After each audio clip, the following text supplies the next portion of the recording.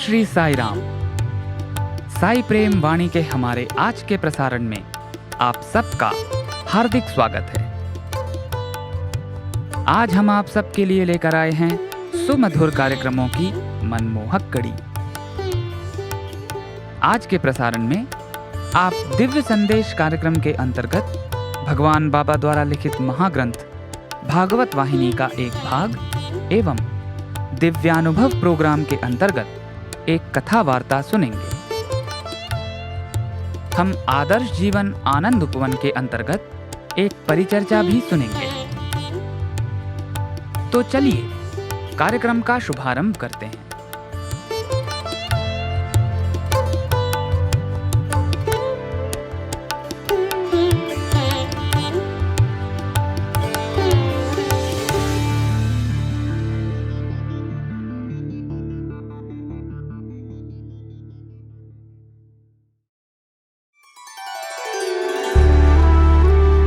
अब प्रस्तुत है हमारा आदर्श जीवन आनंद उपवन कार्यक्रम।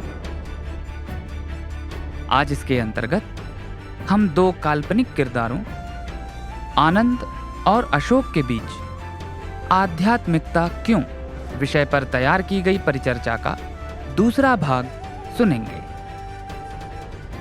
इसकी संकल्पना एवं प्रस्तुति भगवान बाबा के विश्वविद्यालय के छात्रों एवं अध्यापकों द्वारा की गई है।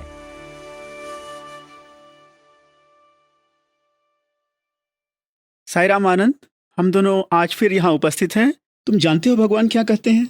वे कहते हैं, और मैंने उन्हें त्रयी में एक बार बहुत अधिक जोर देकर ऐसा कहते हुए सुना भी है, कि तुम ईश्वर से आए हो और तुम्हें ईश्वर में ही लौटना है।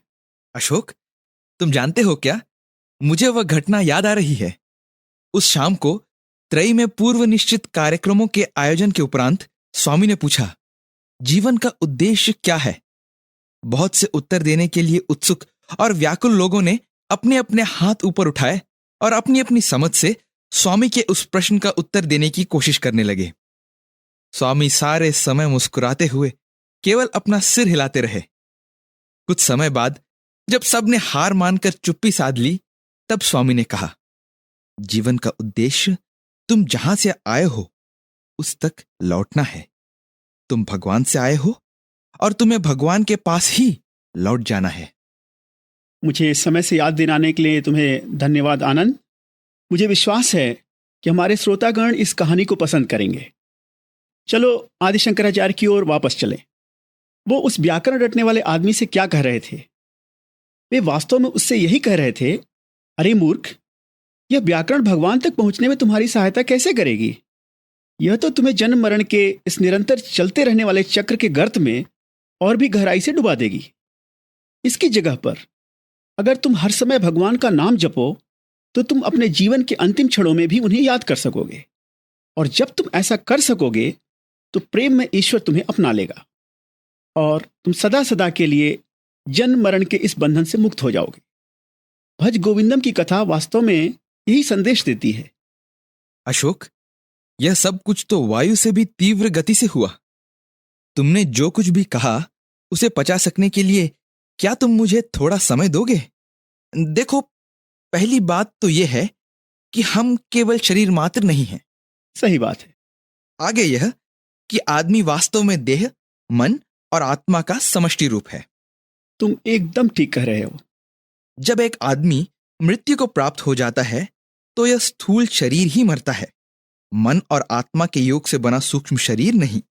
यह सूक्ष्म शरीर गर्भ में प्रवेश करता है और इस तरह से पुनर्जन्म लेता है। बिल्कुल सही।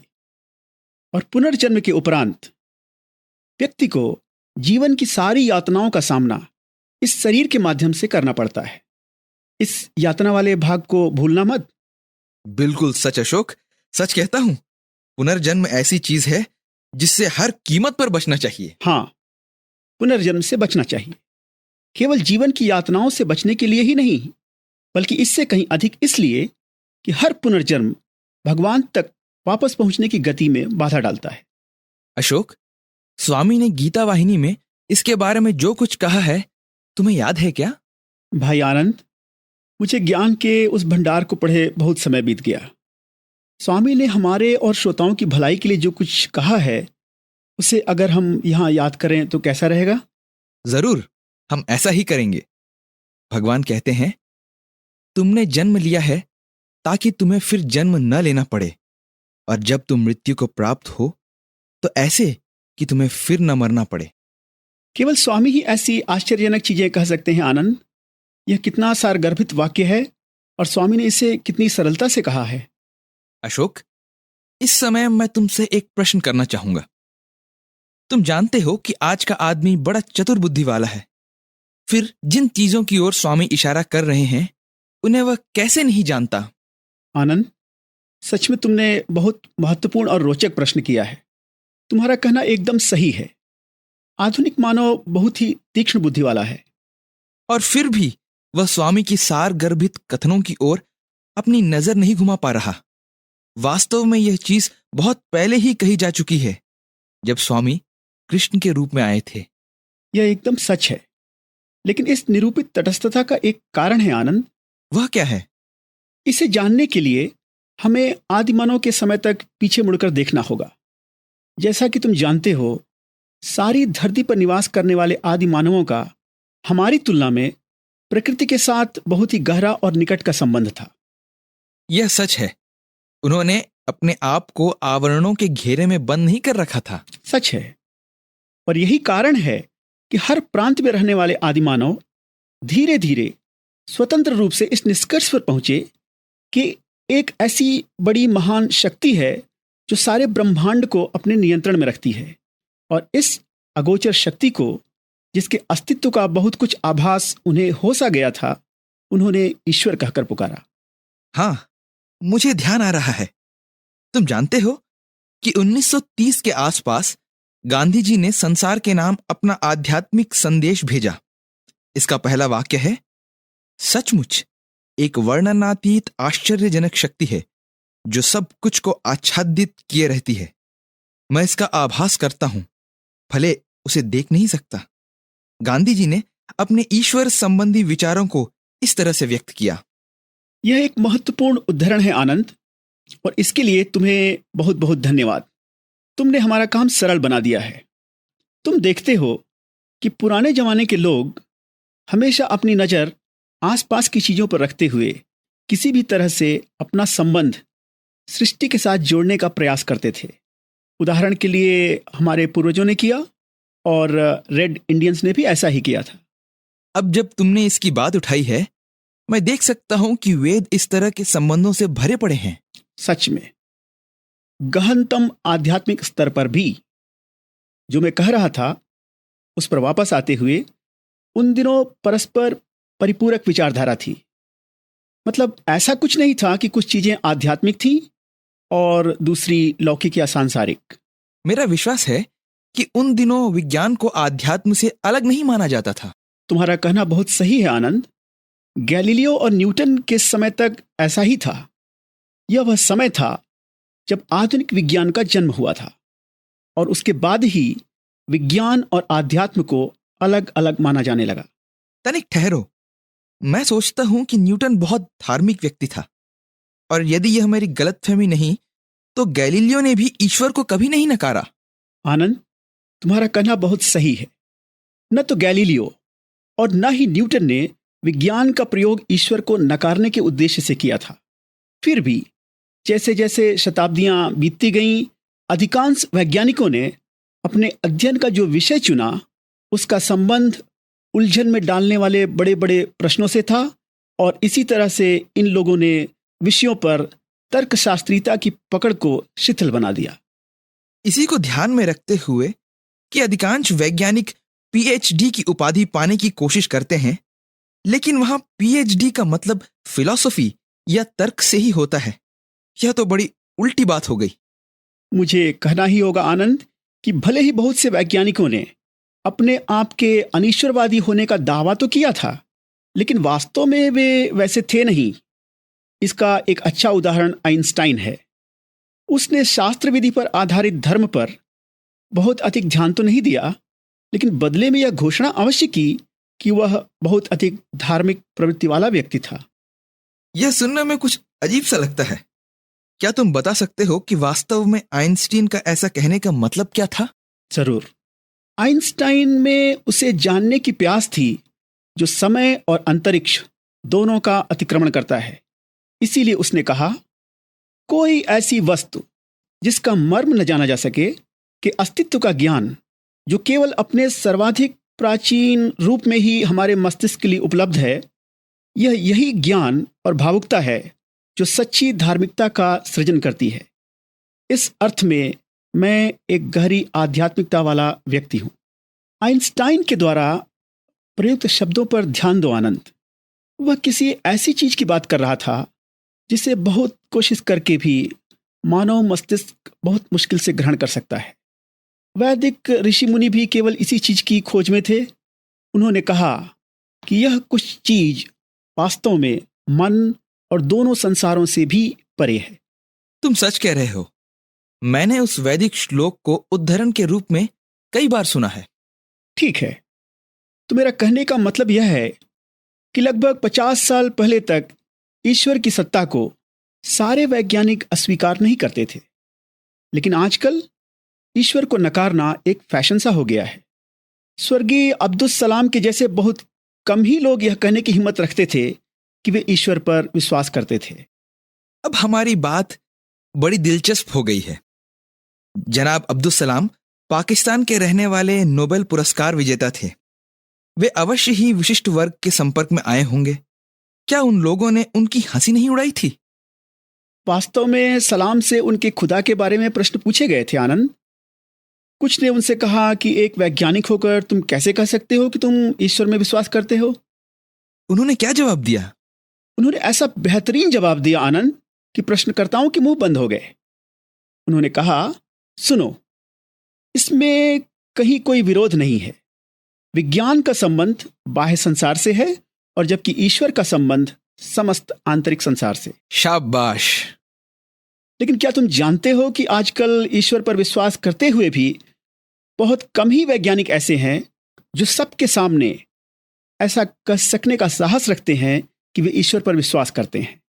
और आज के जमाने का संबंध विज्ञान और टेक्नोलॉजी दोनों से होने के कारण सामान्य लोग वैज्ञानिकों को एक आदर्श मानकर बहुत से क्षेत्रों में उनकी नकल करते हैं। मुझे ईश्वर के बारे में बिल गेट्स का भी कहा कथन याद आ रहा है। उसने क्या कहा था? एक पत्रकार सम्मेलन में उससे पूछा गया था कि भगवान के बारे में उसके क्या विचार हैं। उन्होंने मुस्कुराते हुए उत्तर दिया था, मुझे इस विषय में कुछ सूचना नहीं है। और उसके ऐसा कहने पर सब लोगों ने जमकर ठहाका लगाया था। आनंद, अपने विषय पर वापस आने के लिए मुझे कहना होगा कि पाश्चात्य देशों में भगवान के बारे में बहुत अधिक फैले हुए अविश्वास का एक कारण आजकल लोगों का संस्थापित धर्म पर अविश्वास है। एक मिनट ठहरो, यहां मैं तुमसे एक प्रश्न करना चाहता हूं। तुम्हारा प्रश्न क्या है? मुझे यह बताओ कि धर्म और आध्यात्म में अंतर क्या है? आनंद, तुमने बड़ा अच्छा प्रश्न किया। क्या तुम जानते हो आध्यात्म का अस्तित्व धर्म से कहीं अधिक प्राचीन है? क्या यह सच है? यह सुनकर तो मुझे बड़ा आश्चर्य से लग रहा है। मेरी समझ में नहीं आता कि तुम्हें आश्चर्य क्यों हो रहा है। संसार और इसमें अपने निवास स्थान के बारे में लोग धर्म के अस्तित्व में आने से पहले ही आश्चर्य करने लगे थे। जहां कहीं भी विचार कर सकने में समर्थ लोग थे, वे सब आश्चर्य कर रहे थे। धर्म का उदय आगे चलकर इसके बहुत बाद हुआ। वह कैसे हुआ? साधारण शब्दों में, जब लोग समाज में रहने लगे तो वहां सामाजिक व्यवहार संबंधी नियमों की आवश्यकता हुई। ज्ञानी लोगों ने ये नियम ध्यान और अपनी खोजों के माध्यम से संकलित किए गए अंतर्ज्ञान के सहारे बनाए। ओह, इस प्रकाश में दिखलाई देने वाले धर्म को व्यवहारिक आध्यात्म कहा जा सकता है आनंद। यह इसे समझाने का अच्छा तरीका है। हो सकता है, परंतु उससे अधिक महत्वपूर्ण बात यह है कि आध्यात्म ही हर धर्म की सच्ची नींव है। और चूंकि यह हर धर्म की नींव है, सार रूप में कहें तो सभी धर्म एक ही संदेश देते हैं। संस्कार आदि संबंधी विधियां अलग अलग हो सकती हैं, लेकिन सब धर्म एक ही विचारधारा पर आधारित हैं। और वह विचारधारा यह है कि ऊपर एक ईश्वर निवास करता है और वह ईश्वर दूसरा कुछ भी नहीं, केवल प्रेम है। अब मैं इसे अच्छी तरह से समझ पा रहा हूं। फिलहाल विधियों को लेकर भी बहुत कुछ समानता है। भारत में किसान फसल काटने पर भगवान को धन्यवाद देता है। दूसरे देशों के किसान भी ऐसा ही करते हैं। सच है। अमेरिका और कनाडा में इसे थैंक्सगिविंग या आभार प्रदर्शन कहते हैं। अगर हम अपने आरंभिक बिंदु पर वापस आ जाएं कि यदि आदमी को यह ज्ञान हो जाता है कि वह केवल इंद्रियों सहित शरीर मात्र नहीं है और सांसारिक उन्नति और इंद्रियजन्य आनंद प्राप्त कर सकने की प्रवृत्ति की अपेक्षा जीवन का और भी गहरा उद्देश्य है, तो वह अपने आप ही अपने जीवन को उद्देश्यपूर्ण बना सकता है। और इसका सबसे सरल तरीका है, प्रेम से अपने दिन का शुभारंभ करो, प्रेम में ही अपने दिन को व्यतीत करो और प्रेम में ही अपने दिन का अंत करो। ठीक? एकदम सच है। अगर हमारा मन किसी विज्ञापन या एडवर्टाइजमेंट की ओर आकर्षित हो जाता है तो रेडियो साई को सुनने से हमें सहायता मिलेगी। विषय को तनिक गंभीरता से लेते हुए एक प्रेम भरा जीवन अपने आप को आध्यात्मिक रूप से विकसित कर सकने का सबसे अच्छा तरीका है। जब किसी का दृष्टिकोण, जिसे स्वामी देह चेतना कहते हैं, के द्वारा नियंत्रित हो जाता है तो अवश्य रूप से उसकी दृष्टि संकुचित हो जाएगी। संकुचित दृष्टि का मतलब यह है कि ईश्वर को अपने जीवन से अलग कर देना। और जब ईश्वर को जीवन से बहिष्कृत कर दिया जाता है तो अपने आप ही वह मनुष्य आध्यात्मिक दृष्टि से पिछड़ जाता है, जो उसके लिए बहुत सी समस्याओं का कारण बन सकता है। हाँ, ऐसा ही है। इन दिनों सब कुछ को केवल पैसों तक सीमित कर देने से मनुष्य हर तरह की समस्याओं का शिकार होता जा रहा है। सचमुच लालच और स्वार्थ ही आज मनुष्य की बहुत सी समस्याओं का कारण है। प्रदूषण से लेकर अनुचित प्रयोग और अत्याचार तक सब कुछ विचारों पर नियंत्रण के अभाव के कारण ही आता है। अगर लोग आध्यात्म को तनिक और गंभीरता से स्वीकार करें तो संसार की समस्याएं अवश्य ही कम हो जाएंगी। मैं समझता हूं कि अब समय हो गया है आज के वार्तालाप को समेटकर समाप्त करने का। मैं तुमसे सहमत हूं आनंद, और सुझाव देता हूं कि इसे समेटने का काम तुम ही करो। ठीक है, मैं प्रयत्न करूंगा।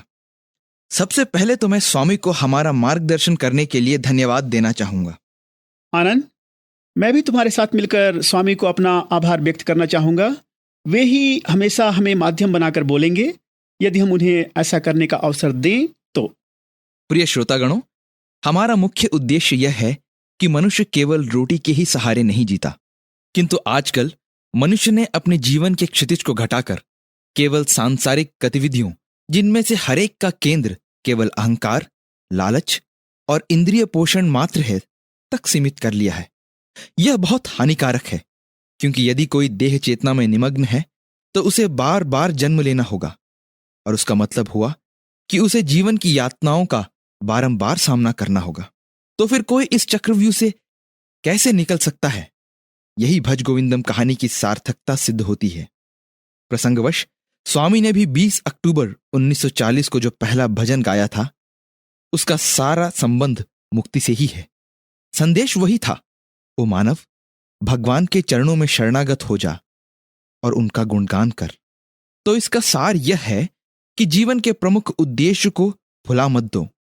वह उद्देश्य यह है कि धरती पर तुम्हारा यह जन्म भगवान तक वापस पहुंच सकने के लिए उपयोग में लाया जाना चाहिए, क्योंकि भगवान ही हमारा सच्चा निवास स्थान है। आनंद, तुम्हारा प्रदर्शन बहुत ही अच्छा था। मैं श्रोतागणों को याद दिलाना चाहूंगा कि आधुनिक वैज्ञानिक बहुत से वही प्रश्न करते हैं जिन्हें पुराने जमाने के लोग उठा चुके हैं।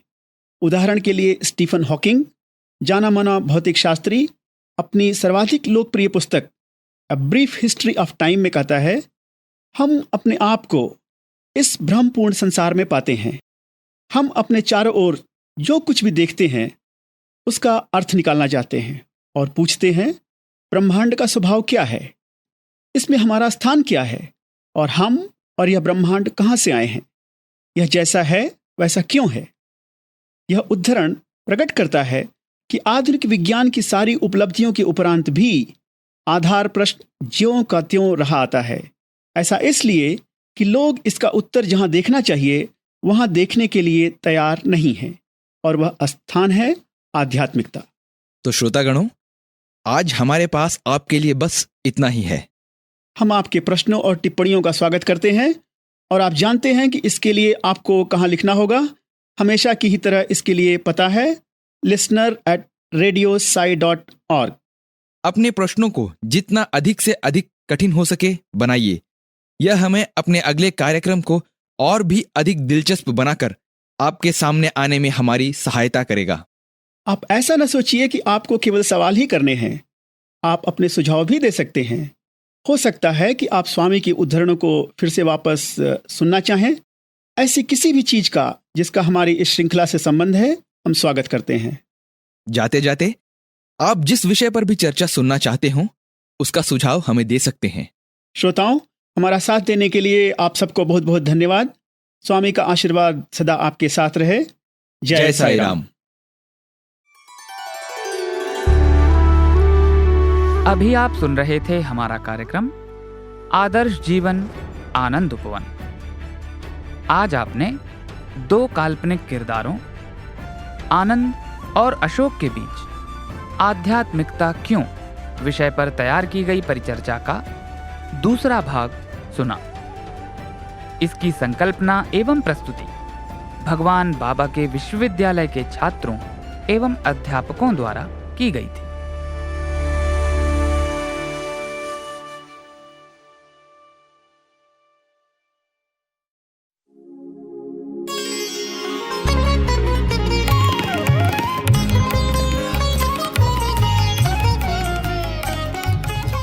अब प्रस्तुत है दिव्य संदेश। इसके अंतर्गत भगवान बाबा द्वारा लिपिबद्ध किए गए महाग्रंथों में से एक भागवत वाहिनी का एक भाग आज हम प्रस्तुत करने जा रहे हैं। साई संदेश, दिव्य संदेश, साई संदेश।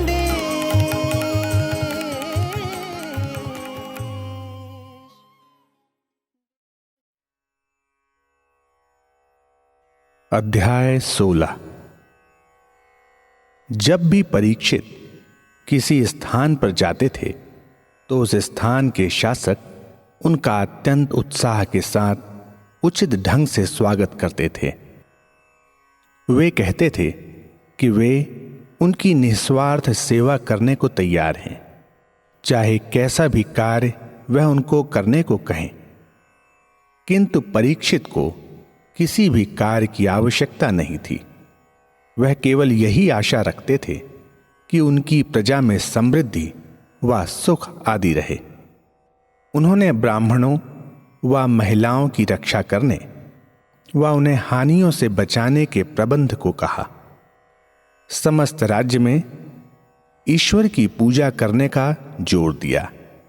केवल अनुरोध ही उन्होंने अन्य राजाओं से किया। उनके साम्राज्य के प्रमुख स्थानों में प्रजावर्ग उनके पूर्वजों की ख्याति व शौर्य गान द्वारा उनका मनोरंजन करते थे। उन्होंने राजाओं व पांडवों की वीरता के गीत गाए। गीतों में कृष्ण की पांडवों पर कृपा व अनुग्रह वर्णन के साथ पांडवों की उनके प्रति श्रद्धा, भक्ति व विश्वास का वर्णन रहता था। वह नाटक भी ऐसे करते थे जिनमें कृष्ण कौरवों व पांडवों की भूमिकाएं ग्रहण करते थे व वास्तविक घटनाओं और भगवान के कार्यकलापों का वर्णन करते थे। जब परीक्षित इन नाटकों को देखते व गीतों को सुनते थे तो अनेक प्रचेष्टाओं के बाद भी आंसुओं को रोक नहीं पाते थे। कथाकारों, नाटककारों व कलाकारों ने यह पता लगा लिया था कि उनके सम्राट केवल इन्हीं तथ्यों पर आधारित गीतों व नाटकों को पसंद करते हैं। अतः अन्य घटनाओं को भूलकर केवल परीक्षित के वंश के पूर्वजों के गौरव और कृष्ण ने कैसे हर समय उन्हें बचाया, इसकी खोज करनी प्रारंभ की। सम्राट बैठकर पूरा देखते व सुनते थे। वह अत्यंत आनंदित थे और अपने मंत्रियों व बड़ों से जान लेते थे कि ये घटनाएं सब वास्तविक हैं। इससे उनकी भक्ति व विश्वास बहुत बढ़ गया और वे इनको देखने के लिए अवसर ढूंढने लगे। गीतकारों व कलाकारों से वह अत्यंत स्नेह करते थे और उन्हें मूल्यवान उपहार देते थे। जब यह समाचार फैल गया कि परीक्षित कृष्ण और पूर्वजों पर आधारित गीत व नाटक देखना सुनना पसंद करते हैं, तो जहां भी जाते थे तो जीवित व्यक्तिगण जिनको यह सब अनुभव हुआ था उनके पास इकट्ठे होते थे। वे सब उस शासक को देखना चाहते थे जो स्वयं इतनी भक्ति से पूर्ण है। एक दिन जब मथुरा से लौट रहे थे तो एक वृद्ध ब्राह्मण भी दर्शकों में विद्यमान था जो सम्राट को एक झलक देखने के लिए आया था। महाराजा ने उसकी ओर देखा। उन्होंने उसके पास आकर कुशल क्षेम पूछी। तब उस ब्राह्मण ने कहा, महाराज, वर्षों पहले जब आपके पितामह धर्मराज ने कृष्ण की उपस्थिति में अश्वमेध यज्ञ किया था तो मैं प्रमुख पुजारी था। उस समय कृष्ण ने उसी स्नेह के साथ मेरा कुशल क्षेम पूछा था जिस प्रकार आज आप पूछ रहे हैं। आपकी बातों से मुझे उन बातों की याद आ रही है। बाकी जो कुछ ब्राह्मण ने कहा वह आंसुओं के मध्य ही कहा। इस पर परीक्षित ने कहा, ओ तुम कितने भाग्यवान हो, यज्ञशाला में भगवान ने स्वयं तुमसे बात की।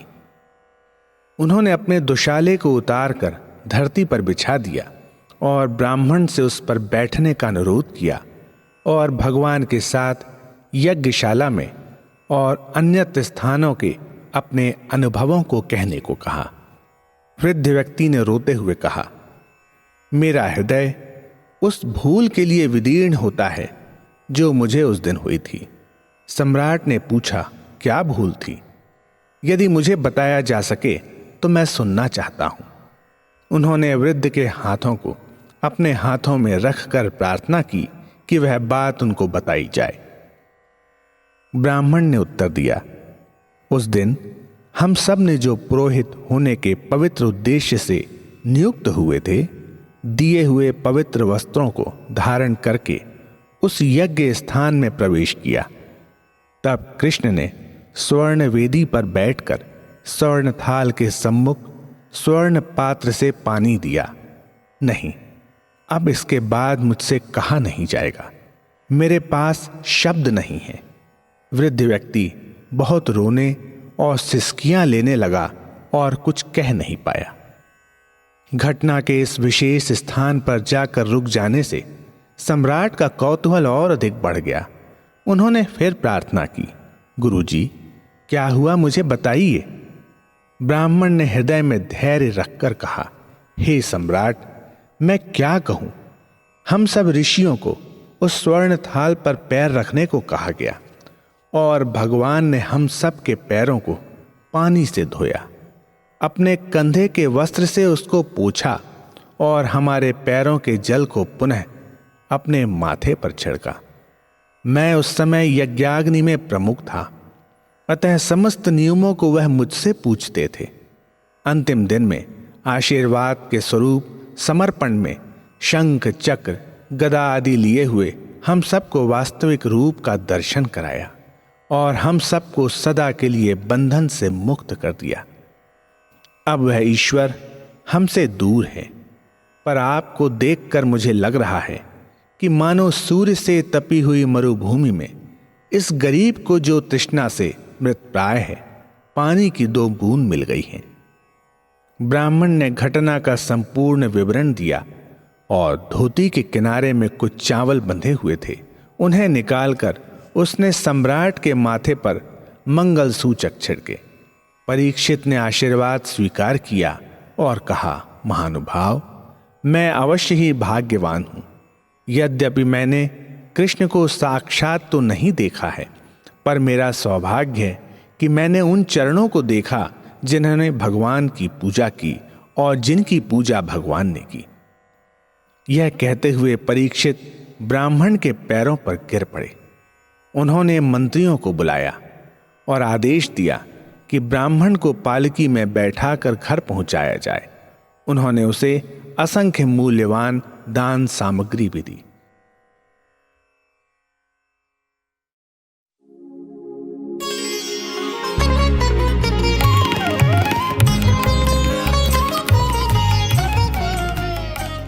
अभी आप सुन रहे थे दिव्य संदेश। दिव्य संदेश। आज आपने भगवान बाबा द्वारा लिपिबद्ध किए गए महाग्रंथों में से एक भागवत वाहिनी का एक भाग सुना। दिव्य संदेश, साई संदेश, दिव्य संदेश, साई संदेश।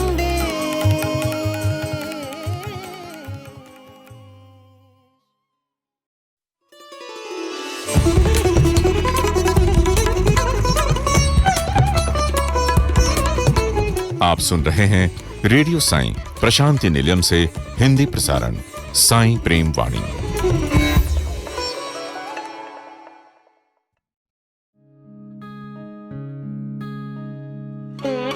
भगवान बाबा कहते हैं, युवावस्था वह उम्र है जब बुरी प्रवृत्तियों की तरफ छोटा सा झुकाव भी जीवन में महाविनाशकारी दुष्परिणाम ला सकता है। विचार ही भविष्य और जीविका को साकार करते हैं। तुम अधिक संपत्ति अर्जित करना चाहते हो क्योंकि तुम समझते हो संपन्न व्यक्ति ज्यादा सुखी और प्रसन्न है।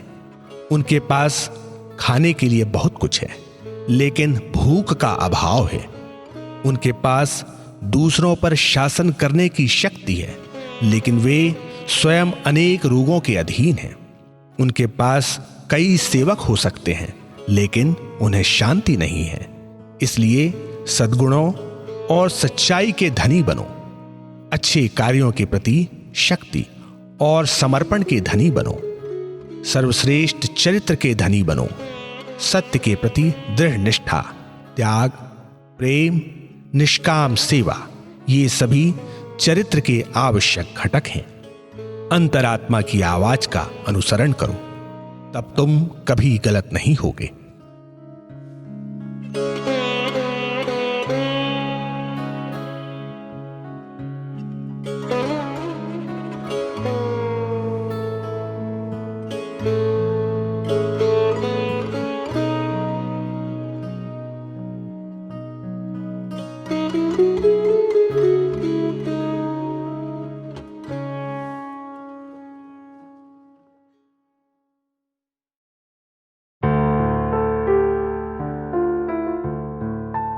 अब प्रस्तुत है हमारा प्रोग्राम दिव्यानुभव। आज इसके अंतर्गत हम श्री ऋतुराज जी महाराज द्वारा भगवान के समक्ष सन 2010 के मार्च महीने में प्रस्तुत किए गए श्रीमद् भागवत सप्ताह का एक भाग सुनेंगे।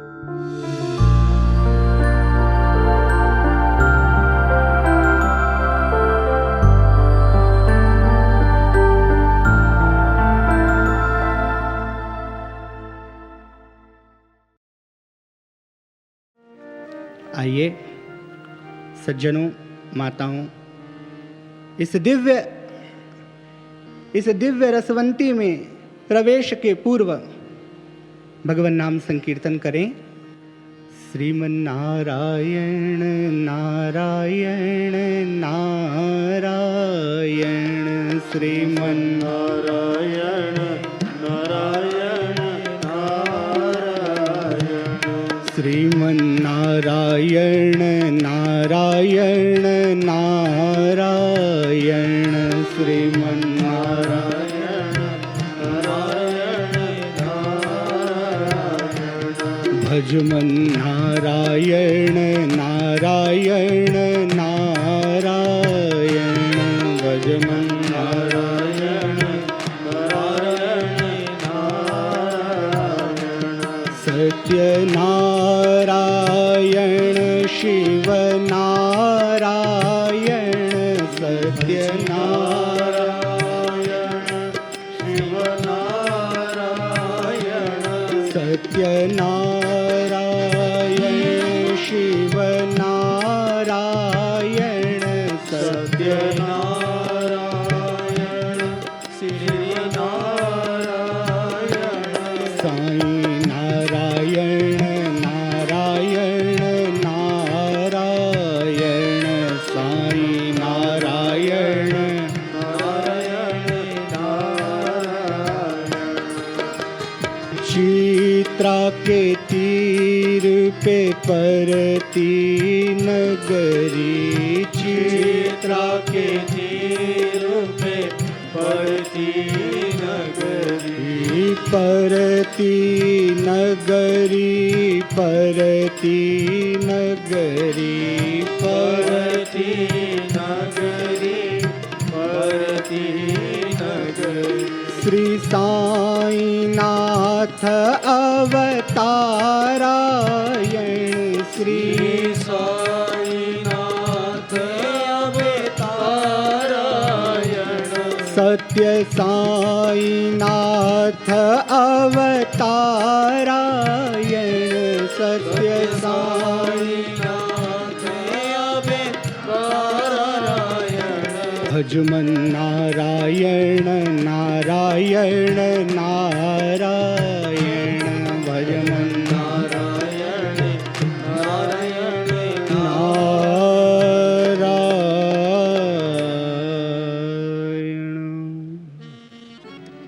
ऐसी सहन शक्ति ध्रुव के अंदर आ गई।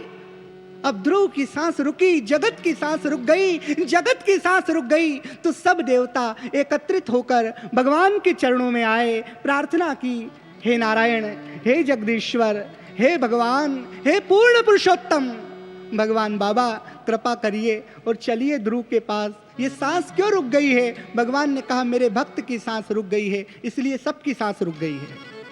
और जब तक मैं उसे जाकर दर्शन नहीं दूंगा, सबकी सांसें ऐसी ही रहेंगी।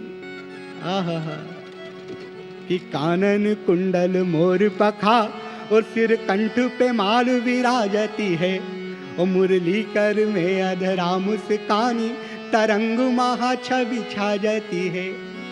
भगवान बाबा के एक अनन्य भक्त हुए रस खान, कि खान खान रस खान ते और देखा हूँ रूप सुजान, और देख के नयन माधुरी तो खान भय रस खान।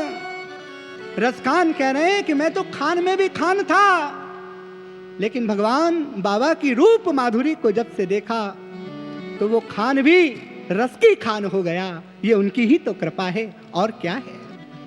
ध्रुव को दर्शन देने आ रहे हैं कि कानन कुंडल मोर पखा सिर कंठ पे माल विराजती है, मुरली कर में अधरा मुस्कानी तरंग महा छवि छा जाती है। रस खान लगे तन पीत पटा सत दामिनी की द्विति राजती है, वह बांसुरी की द्विति कान परे कुल कान ही हो तजी भाजती है। गरुड़ पर बैठकर भगवान ध्रुव को दर्शन देने आए हैं, और ध्रुव को मन ही मन भगवान बाबा की झांकी का अंतर में दर्शन हो रहा है। एक अंगूठे पर खड़े हैं ध्रुव जी, नेत्र बंद हैं। छोटी माँ ने कहा है कि यदि पिताजी की गोद में बैठना है तो मरकर उनके गर्भ से जन्म लेना पड़ेगा, पर ध्रुव जी की माँ सुनीति ने कहा है कि छोड़ इन छोटी छोटी गोदियों को, भगवान की गोदी में जाकर बैठ, वो सनातन गोदी है, और उस गोद में बैठने की एक गहरी प्यास है, एक गहरी अभिप्सा है, जन्म जन्म की प्यास है उस गोद में बैठने की। और पता है भगवान सामने आ गए हैं। ध्रुव जी तो बस ओम नमो भगवते वासुदेवाय, ओम नमो भगवते वासुदेवाय, ओम नमो भगवते वासुदेवाय। अब भगवान सामने हैं, ध्रुव जी के नेत्र बंद हैं, अब कैसे बात की जाए? नेत्र खुलते ही नहीं ध्रुव जी के, और प्रभु सामने हैं। भगवान ने भागवत में तो लिखा है कि भगवान ध्रुव को देखने जा रहे हैं, कितनी बड़ी बात है। ध्रुव एक ऐसे भक्त हैं जिन्हें देखने भगवान जा रहे हैं, स्वयं नारायण जिन्हें देखने जा रहे हैं। इससे बड़ी कृपा, इससे बड़ी करुणा और क्या हो सकती है? ध्रुव जी के तो नेत्र बंद हैं और भगवान ध्रुव को देखकर मुस्कुरा रहे हैं, भगवान ध्रुव को देखकर प्रसन्न हो रहे हैं। अब भगवान ने सोचा कि इसको मैं जगाऊं कैसे, ये तो अंदर में ही इतना लीन है और इसको अपने अंतर हृदय में ही मेरी दिव्य झांकी का दर्शन हो रहा है। तो भगवान ने एक दिव्य चमत्कार किया, ध्रुव के भीतर की जो झांकी थी उसे अदृश्य कर दिया। और जैसे ही ध्रुव के भीतर की झांकी अदृश्य हुई, ध्रुव ने कहा मेरे नाथ कहाँ चले गए, मेरे भगवान कहाँ चले गए। और इसी छटपटाहट में जैसे ही ध्रुव जी ने नेत्र खोले तो भगवान स्वयं गरुड़ पर विराजमान साक्षात सामने हैं। ओ हो, स्वयं भगवान बाबा चतुर्भुज रूप में सामने हैं। श्रीवत्स लक्ष्मी कृतहृत प्रदेश साक्षारे ध्वदश रस्त धरा चरात्मा न सेवितो येन क्षणम मुकुंदो व्रथा गतम तस्य नरस्य जीवनम। वो भगवान जो करुणा के सागर हैं, वो भगवान जो आनंद के सागर हैं, वो भगवान जो अकारण करुणा करते हैं। अकारण, हमारी करुणा का तो कोई कारण होता है, हम किसी से प्रेम करते हैं तो कारण होता है, पर भगवान की करुणा अकारण होती है, सहज करुणा होती है। ध्रुव जी सोच रहे हैं कि मैं स्तुति कैसे करूं, मेरे पास तो शब्द भी नहीं है। और कौन भगवान आपकी स्तुति कर सकता है? किसमें इतना सामर्थ्य? आप ही स्तुति करवाते हैं। किसमें इतना बल कि भगवान की स्तुति कर सके?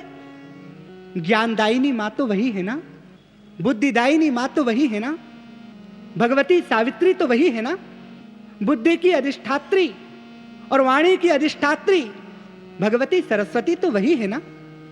अब ध्रुव सोच रहे हैं कि मुझे गोद में बैठना है, और वो पुरानी बात याद आ गई, वो अपमान याद आ गया। नेत्रों से अश्रुओं की धारा बह रही है और मन में एक भाव है कि मुझे गोद में बैठना है। प्रभु मुझे अपनी गोद में बैठा लो। भगवान ने कहा ये कुछ बोलना चाहता है, तो भगवान बाबा ने अपने दिव्य शंख का स्पर्श ध्रुव के गाल से किया, और जैसे ही ध्रुव के गाल से भगवान ने अपने दिव्य शंख का स्पर्श किया, समस्त वेद, समस्त वेदांत, समस्त ग्रंथ ध्रुव की जिह्वा पर आकर विराजमान हो गए। और ध्रुव जी महाराज ने भगवान की बड़ी सुंदर स्तुति की। यह स्तुति सिर्फ ध्रुव जी की नहीं है, प्रत्येक जीव की स्तुति है। ध्रुव जी स्तुति कर रहे हैं, भगवान योऽन्तः प्रविश्य मम वाचमिमां प्रसुप्तां संजीवयत्यखिल शक्ति धरा स्वधाम्ना। हे नाथ, आपने मेरी सोई हुई वाणी को जगा दिया। हे नाथ, आपने मेरे सोए हुए भावों को जगा दिया। हे नाथ, आपने मेरी सोई हुई चेतना को जगा दिया। योऽन्तः प्रविश्य मम वाच मिमां प्रसुप्तां संजीवयत्यखिल शक्ति धरा स्वधाम्ना। अन्याश्च हस्तचरणश्रवणत्वगारीन् प्राणन्नमो भगवते पुरुषाय तुभ्यम। हे दीनानाथ, सोए हुए भावों को जगाने वाले, सोई हुई वाणी को जगाने वाले, मेरे अश्रुओं को पोंछने वाले भगवान, आपकी बार बार जय हो। हे प्राणों के आधार, हे जीवन के सार मेरे नाथ, मुझे गोद में बिठा लो। भगवान ध्रुव के पास आए, ध्रुव को देखकर मुस्कुराए, ध्रुव भगवान को देखकर मुस्कुराए। इधर सुखदेव जी मुस्कुराए, उधर राजा परीक्षित मुस्कुराए, और उधर महाराज जितने भी संत बैठे हैं सब मुस्कुरा पड़े। क्यों? क्योंकि और देवता भी मुस्कुरा रहे। ध्रुव इसलिए मुस्कुरा रहे हैं कि भगवान धन्य हैं, आप मुझे दर्शन देने आए हैं। भगवान इसलिए मुस्कुरा रहे हैं कि ध्रुव तू कितना प्यारा है। सुखदेव जी इसलिए मुस्कुरा रहे हैं कि देखो तो ध्रुव का भाग्य। परीक्षित इसलिए मुस्कुरा रहे हैं कि देखो तो मेरा भाग्य। और संत इसलिए मुस्कुरा रहे हैं कि देखो तो हमारा भाग्य। और देवता इसलिए मुस्कुरा रहे हैं, यदि हमें ऐसा मौका मिलता तो हम पूरी की पूरी लिस्ट ही सामने रख देते। ध्रुव से भगवान ने कहा कुछ मांगो। ध्रुव ने कहा कुछ नहीं चाहता हूं।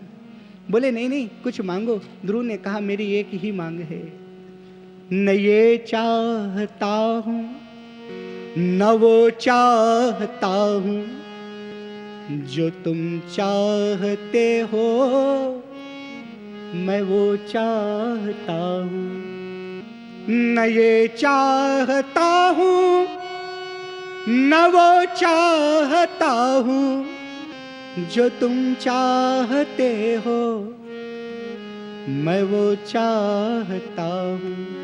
प्रभु मैं कुछ नहीं चाहता, लेकिन हाँ मैं इतना जरूर चाहता हूँ, हे नाथ एक बार मुझे गोदी में बिठा लीजिए। भगवान ने ध्रुव को उठाया और गोद में बिठा लिया तो ध्रुव जी की सारी इच्छाएं पूर्ण हो गई, उनकी साधना सफल हो गई। अब देखिए, जब भगवान छू देते हैं तो हम कैसे अनमोल बन जाते हैं। जब भगवान का स्पर्श हो जाता है तो व्यक्ति का महत्व कितना बढ़ जाता है कि वो ध्रुव जिसको गोद से उतारा, जो अकेले मां के कहने पर वन में आए, उन्हें नारद जी ने जाकर कहा, उनके पिता उत्तानपाद को नारद जी ने जाकर कहा कि तुम यहां बैठे हो, देखो तुम्हारा पुत्र जाकर भगवान की गोद में बैठा है, तुमने उसको गोद से उतार दिया, कोई बात नहीं, लेकिन देखो जगत के पिता ने उसको गोद में बिठाया, जगत के नाथ ने उसको गोद में बिठाया। उत्तानपाद जाओ ऐसे पुत्र का स्वागत करो, को अर्थ पुत्रेण जाते न, ऐसे पुत्र भी होते यो न विद्वान धार्मिका, न विद्वान हो न धार्मिक हो, लेकिन तुम्हारा पुत्र तो विद्वान है, धार्मिक है। और विद्वान भी हटाओ, विद्वत्ता का कोई औचित्य नहीं है, ज्ञान का कोई औचित्य नहीं है, धार्मिक है, भक्त है, ये सबसे बड़ी बात है। ज्ञान तो रह जाता है पर भक्ति सनातन है, भक्ति शाश्वत है। तो पता है भगवान ने ध्रुव को हृदय से लगाया और भगवान स्वयं ध्रुव को राज्य की सीमा तक छोड़ने आए और उत्तानपाद, सुनीति, सुरुचि, पूरा नगर ध्रुव जी के स्वागत के लिए आया।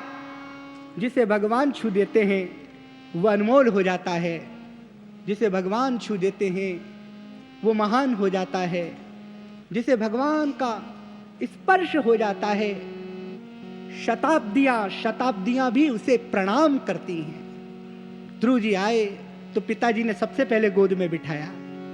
देखिए जगत के रिश्ते ऐसे ही हैं, यहां लोग आपसे जब भी प्यार करेंगे जब आप कुछ होंगे, लेकिन भगवान आप जैसे हैं, जो हैं, जिस स्थिति में हैं वैसे ही आपको प्रेम देंगे। ओहो, बड़े उत्सव के साथ, गाजे बाजे के साथ ध्रुव जी महाराज को ले जाया गया और ध्रुव जी अब धीरे धीरे बड़े हुए तो राजा उत्तानपाद ने ध्रुव जी को राजा बनाया। ध्रुव जी की जो छोटी मां है ना, सुरुचि, नीति और रुचि में ही तो संघर्ष है, नीति और रुचि में ही तो युद्ध है। रुचि कहती है कि क्या करोगे, ओमकारम करके सुप्रभातम करके आराम से सो। रुचि कहती है ओमकारम सुप्रभातम कर कर क्या करोगे, नारायण सेवा कर कर क्या करोगे। और अपन नहीं, अपने भगवान कहते हैं ठीक है, लेकिन इतने लोग कहां कर रहे हैं। लेकिन नहीं, नीति कहती है कि ये हमारा धर्म है, क्योंकि ये उपदेश हमारे भगवान ने हमको दिया है। जब भगवान के भक्त नारायण सेवा करते हैं तो उन्हें देखकर आंखों में आंसू आ जाते हैं।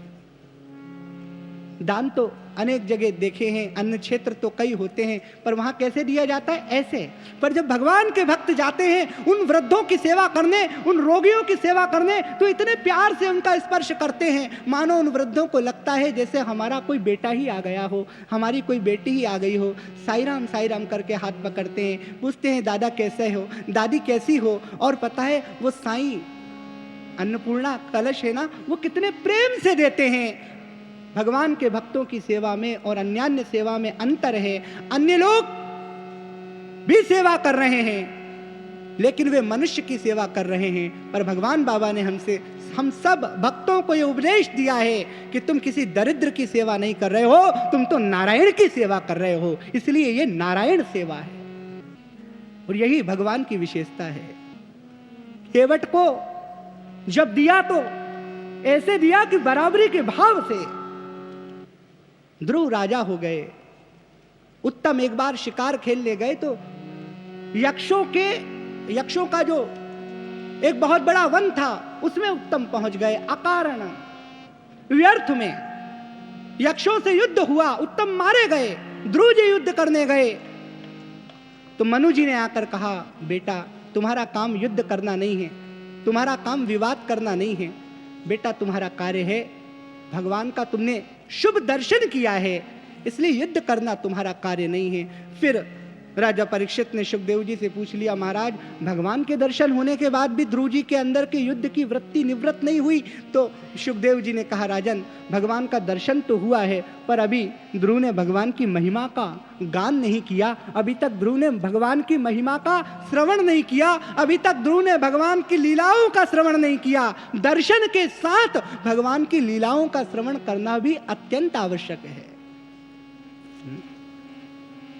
जब भी समय मिले भगवान की लीलाओं का पाठ जरूर करो, भगवान की महिमा का पाठ जरूर करो। जिन ग्रंथों में भगवान का यशोगान है अवश्य पढ़ो, अवश्य पढ़ो, क्योंकि भगवान की लीलाओं के अध्ययन से हमें भगवान की महिमा का बोध होता है। और भगवान ने ध्रुव का उद्धार कर दिया और फिर ध्रुव सा शरीर ध्रुवलोक को गए। भगवान ने आशीर्वाद दिया था, ध्रुव ध्रुव भवा, ध्रुव सा शरीर ध्रुवलोक को गए। भगवान बाबा की कृपा से एक छोटा सा बालक जिसका कोई आधार नहीं था, लेकिन आज भी स्वयं नारायण के सामने उस बालक की चर्चा हो रही है। यानी जिसे भगवान छू देते हैं वो अनमोल हो जाता है, जिसे भगवान छू देते हैं वो महान हो जाता है। समस्त वाणी वाक्य अनंत कोटि ब्रह्मांड नायक भगवान बाबा के चरणों में समर्पित। इति ओम शांति शांति। ओम श्री साई राम। जय साई राम।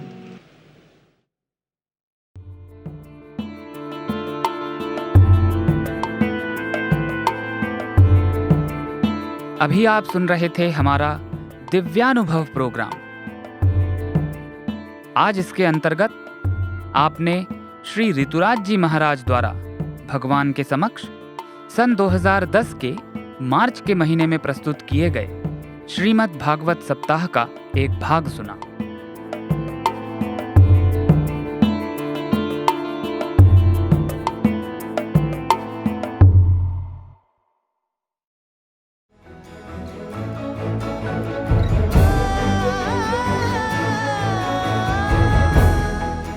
इसी के साथ हमारे साईं प्रेमवाणी कार्यक्रम का समापन होता है। उम्मीद है हमारा आज का कार्यक्रम आपको पसंद आया होगा। अपने सुझावों को हम तक जरूर भेजें। हमारा व्हाट्सएप नंबर है 9393258258। हिंदी भाषा में हमारी ये सभी प्रस्तुतियां YouTube पर भी उपलब्ध हैं। इन्हें वहां देखने और सुनने के लिए हमारे YouTube चैनल को सब्सक्राइब करें और कमेंट बॉक्स में अपने सुझाव देना न भूलें। हमारी वेबसाइट पर हमारे कार्यक्रमों को अपनी इच्छा अनुसार सुनने के लिए आप radiosai.org/hindi पर इनको डाउनलोड भी कर सकते हैं। प्रिय श्रोताओं, किसी ने कहा है कि अपनी ही गलतियों से बेखबर हैं हम, हजार खताएं माफ कर वो मेहरबान हैं। हम प्रेम का कतरा हैं, चिंगारी हैं, लहर हैं, वो प्रेम के समंदर का मुकम्मल बयान है। हमारे प्रिय स्वामी, आपने हजार गलतियां क्षमा कर हमें अपने प्रेम से सराबोर किया। ये रसधारा अनवरत बहती रहे, इसी प्रार्थना के साथ ये प्रसारण अब समाप्त होता है। सभी श्रोताओं को धन्यवाद। साईं राम।